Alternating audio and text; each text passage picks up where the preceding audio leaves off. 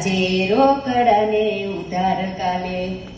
ઓ મંજુ, આ રોકડાને ઉધાર તું પછી કરજે, પહેલા કામ કર. કામ આ તારું જેટલું મોઢું ચાલે છે ને એટલા તારા હાથ ચાલતા હોત ને તો સારું છે. ચલ હવે કર ફટાફટ કામ. મંજુ માસી, આજે થોડું વધારાનું કામ કરી નાખજો. આવો આવો સંગીતાબેન, આજે તો તમે સવારમાં ભૂલા પડ્યા.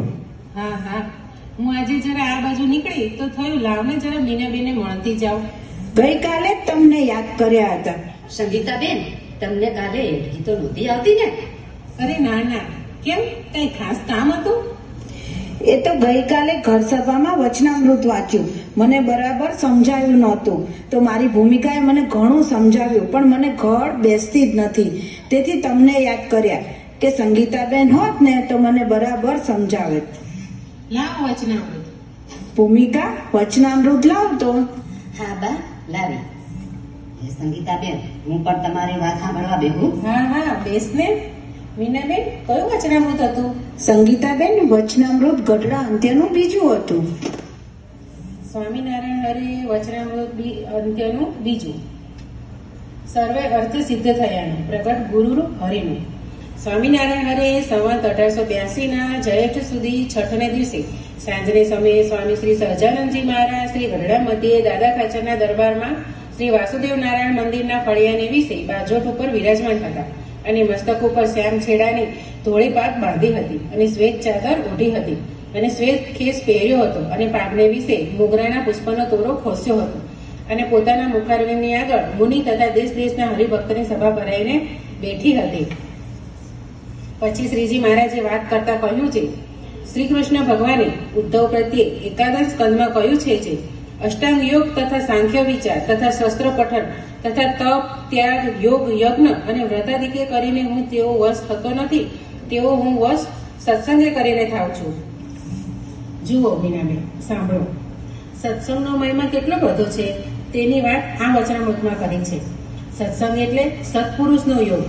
અને જુઓ આગળ શું કહે છે કે એમને તો એમ ભાસે છે જે પૂર્વજન્મનો સંસ્કાર હશે તો પણ સત્પુરુષનો યોગે કરીને જ થયો હશે, અને આજે પણ જેને સંસ્કાર થાય છે ને તે પણ સત્પુરુષનો યોગે કરીને જ થાય છે.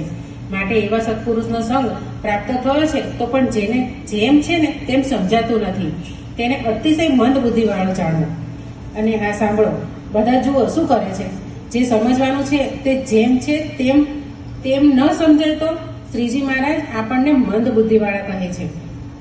અને જુઓ આગળ કહે છે કે બ્રહ્માદિકને પણ દુર્લભ એવો જે આ સત્સંગ, તેમાં આવીને પરમેશ્વર વિના જેને બીજા પદાર્થમાં હેત રહે છે તેનું કારણ એ છે જે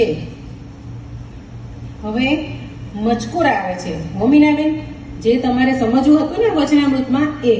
હા હા સંગીતાબેન, સમજાવો, આજે તો મારે સમજવું જ છે. ધ્યાનથી સાંભળજો. જેવી પરોક્ષ દેવને વિશે જીવની પ્રતીતિ છે તેવી જ જો પ્રત્યક્ષ ગુરુ હરિરૂપની વિશે આવે તો જેટલા અર્થ પ્રાપ્ત થવાના કયા છે ને તેટલા સર્વે અર્થ તેને પ્રાપ્ત થાય છે. અને જ્યારે આવો સંત સમાગમ પ્રાપ્ત થયો ત્યારે દેહ મૂકીને જેને પામવા હતા ને તે તો દેહ છતાં જ મળ્યા છે. માટે જેને પરમપદ કહીએ, મોક્ષ કહીએ, તેને છતે દેહ જ પામ્યો છે. જો સંગીતાબેન, અહીંયા પરોક્ષ અને પ્રત્યક્ષ એ બેમાં મારી બુદ્ધિમાં ઘેર બેસતી જ નથી, તો તમે જરા મને વિગતવાર સમજાવો તો મને જરા થોડી ઘેર બેસે. અરે મીનાબેન, હું પરોક્ષ અને પ્રત્યક્ષમાં ભેળ નહીં બેહતી. અરે પરોક્ષ એટલે ન દેખાય એવું ને પ્રત્યક્ષ એટલે સામે દેખાય એવું. આ તમે મને સામે દેખાવ છો ને એમ. આમાં શું ઘડ નહીં બેહતી ભલા માણસ.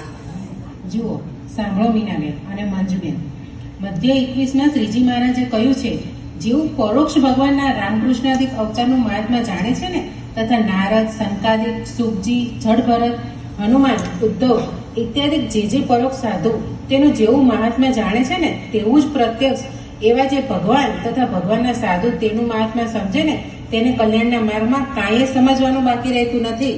જુઓ, આ જ વચનામૃતમાં આગળ કહી છે કે આ વાત એક વાર કહી સમજો અથવા લાખ વાર કહીએ સમજો, પણ સમજ્યા વગર છૂટકો જ નથી. હા, હવે મને સમજાયું કે જેમ અન્નકૂટના ફોટાથી પેટ ન ભરાય એ તો પ્રત્યક્ષ થાળીમાં ભોજન જોઈએ. બરાબર ને? હા મંજુ, તું બરાબર સમજી. મીનાબેન, તમે સમજ્યા કે નહીં? હા સંગીતાબેન, હવે મને બરાબર સમજાયું. જુઓ, પરોક્ષ એટલે આપણા પૂર્વ અવતારો થઈ ગયા તે, અને પ્રત્યક્ષ એટલે ગુરુહરિ રૂપે મહંત સ્વામી મહારાજ વિચરે છે તે. આ વચનામૃત પ્રમાણે પ્રગટ ગુરુહરિ એટલે ગુણાતીત સંતમાં સમ્યકપણે શ્રીજી મહારાજ અખંડ રહ્યા છે. બરાબર ને સંગીતાબેન? તમારી વાત બરાબર, પણ પ્રગટ ગુરુમાં પ્રતીતિ કરવાની કઈ છે તે નથી થતી, અને કર્યા વગર છૂટકો નથી, તો શું કરવું? જુઓ, સાંભળો મીનાબેન, પ્રગટમાં પ્રતીતિ વિના તો આપણા સ્વભાવ કે દોષો ટળતા જ નથી. ભગવાનમાં પણ મન ચોંટતું નથી, અને પ્રતીતિ ન હોવાને કારણે ભગવાન સાથે તો સંબંધ જ તૂટી જાય છે. જેમ કાર્યાણીમાં પેલા બાળકે શ્રીજી મહારાજને 2 કેરીના બદલામાં સોનાની ઉતરી આપી દીધી, કારણ કે તેને સોનાની કિંમતની પ્રતીતિ જ નહોતી કે સોનાની ઉતરીમાં કેટલી બધી કેરીઓ આવે. જુઓ, હું આ વાત તમને વધારે સારી રીતે સમજાવું. એક ડોશીમા હતા, તેમનો એક દીકરો હતો, તે પરદેશ કમાવા ગયેલો. તે દીકરો દર મહિને ડોશીમાને એક 100 રૂપિયાની નોટ ટપાલમાં મોકલતો હતો. હવે ડોશીમાએ તો આખી જિંદગીમાં સિક્કા જ જોયેલા, નોટ તો કોઈ દિવસ જોઈ નહીં. તેથી 100 રૂપિયાની કાગળને 100 રૂપિયાની નોટને કાગળ સમજીને પટારામાં મૂકી દે, અને બીજા આગળ ફરિયાદ કરે કે મારો દીકરો તો મને પૈસા જ મોકલતો નથી. એમ કરતા કરતા એક દિવસ ડોશીમા બીમાર પડ્યા. એટલે તેમનો દીકરો પરદેશથી ડોશીમાની ખબર લેવા આવ્યો. એટલે ત્યારે આજુબાજુવાળા બધાએ દીકરાને કહેવા લાગ્યા કે તારી માએ તને પેટે પાટા બાંધી અને પરદેશ મોકલ્યો, અને તું તારી માને પૈસા પણ મોકલતો નથી. ત્યારે તરત જ દીકરાએ કહ્યું કે હું મારી માને દર મહિને 100 રૂપિયા મોકલતો હતો. જ્યારે ડોશીમાને પૂછ્યું ને, ત્યારે ડોશીમાએ પટારામાં જ્યાં કાગળે મૂક્યા હતા ને તે આપ્યા, અને જે ગણ્યા ને ત્યારે 6000 રૂપિયા થયા. ડોશીમાને તો કોઈ દિવસ નોટનું જ્ઞાન હતું જ નહીં, અજ્ઞાન જ હતું. તેમ આપણને પણ શ્રીજી મહારાજને ઓળખીએ છીએ, પણ ગુણાતીત સંતને ઓળખતા નથી. માટે ગુણાતીત સંતમાં શ્રીજી મહારાજ પ્રગટ છે તેવી પ્રતીતિ મનાય. બરાબર સમજ્યા ને બધા? સારું થયું સંગીતાબેન, આજે તમે અહીંયા આવ્યા. પ્રગટ ગુરુહરિ મહંત સ્વામી મહારાજમાં પ્રતીતિ કરાવી અને તે સમજાવ્યું. તમારો ખૂબ ખૂબ આભાર સંગીતાબેન. ના ના મીનાબેન, આ તો મને સેવા મળી. ચાલો ત્યારે હું જાઉં, મારે હજી ઘણા કામ બાકી છે. આવજો ત્યારે. જય સ્વામિનારાયણ. હા હા સંગીતાબેન, રોજ આવજો. મને તમારી વાતો સાંભળવી બહુ મજા પડી. હા હા, તને તો વાતોમાં મજા જ પડે ને. હાલ હવે આ બધા કામ કરવાના બાકી છે, તો કામ કરવા લાગ. જય સ્વામિનારાયણ સંગીતા માસી, આવજો ત્યારે.